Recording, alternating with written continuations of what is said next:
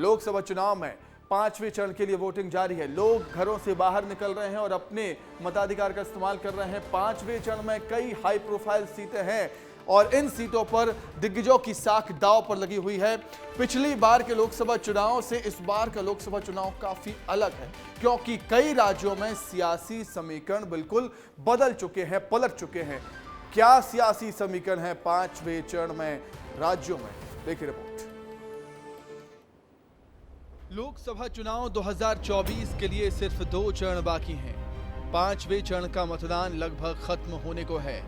इस चरण में 6 राज्यों और 2 केंद्र शासित प्रदेशों की 49 सीटों पर वोटिंग है।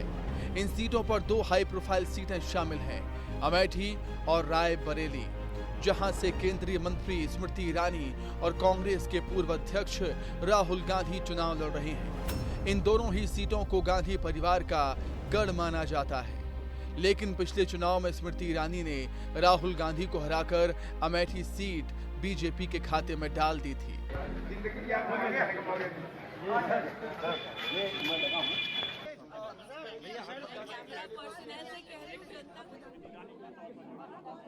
यहाँ पे हमारा माइक खराब हो गया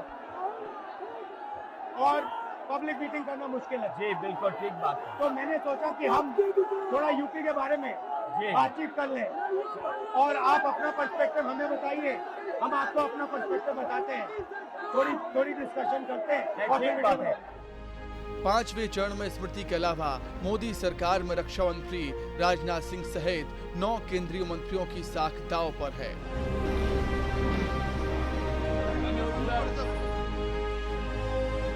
5वें चरण में बीजेपी 40 सीट पर चुनाव लड़ रही है, तो कांग्रेस ने 19 सीट पर अपने उम्मीदवार उतार रखे हैं।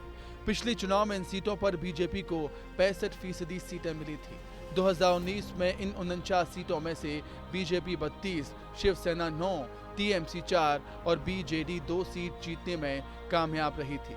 कांग्रेस सिर्फ रायबरेली सीट ही जीत सकी थी।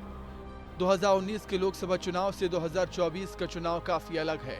यूपी में सपा और कांग्रेस ने मिलकर चुनावी मैदान में ताल ठोकी है, तो महाराष्ट्र में शिवसेना और एनसीपी 2 धड़ों में बटी हुई हैं। शिवसेना के एकनाथ शिंदे और एनसीपी के अजित पवार इस बार बीजेपी के साथ मिलकर चुनावी मैदान में हैं।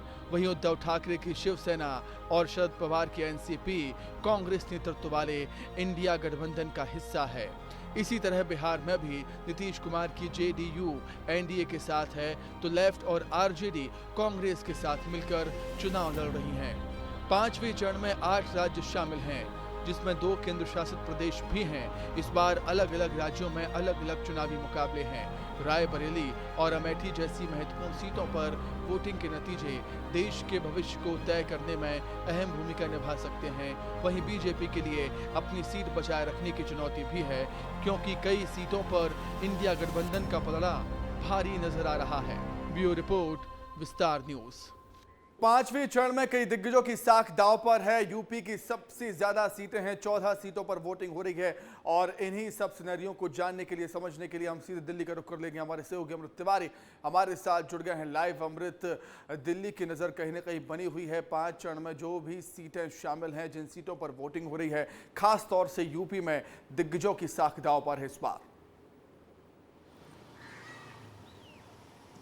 बिल्कुल सुमित, उत्तर प्रदेश जो है वो कहा जाए तो लोकसभा में सबसे ज़्यादा सीटें उत्तर प्रदेश के पास हैं। 80 लोकसभा सीटें हैं और अब जब 5वें चरण का जब मतदान हो रहा है तो इसमें जो हाई प्रोफाइल सीटें हैं, ख़ासतौर पे अमेठी, रायबरेली और कैसरगंज की, तो इसमें जो है एक बहुत ही कहा जाए तो फाइट को लेकर के लोगों में खासी दिलचस्पी इन सीटों पर जीत हार को लेकर के हर जगह पर है, देश के कोने कोने से है। इन सीटों पर अगर बात करें, अभी रायबरेली में भी जो है एक हलचल देखी जा रही है। राहुल गांधी कई बूथों का दौरा कर चुके हैं। वहां पे एक जगह पे ईवीएम में खराबी की शिकायत आई थी तो वो तुरंत वहां पहुंचे। कांग्रेस की तरफ से एक आपातकालीन बैठक भी की गई। तो पार्टी कहीं से भी कोई भी एक लूप होल्स नहीं छोड़ना चाहती है कांग्रेस, और वो लगातार इसमें अपनी कसरत जो है वो जारी रखे हुए।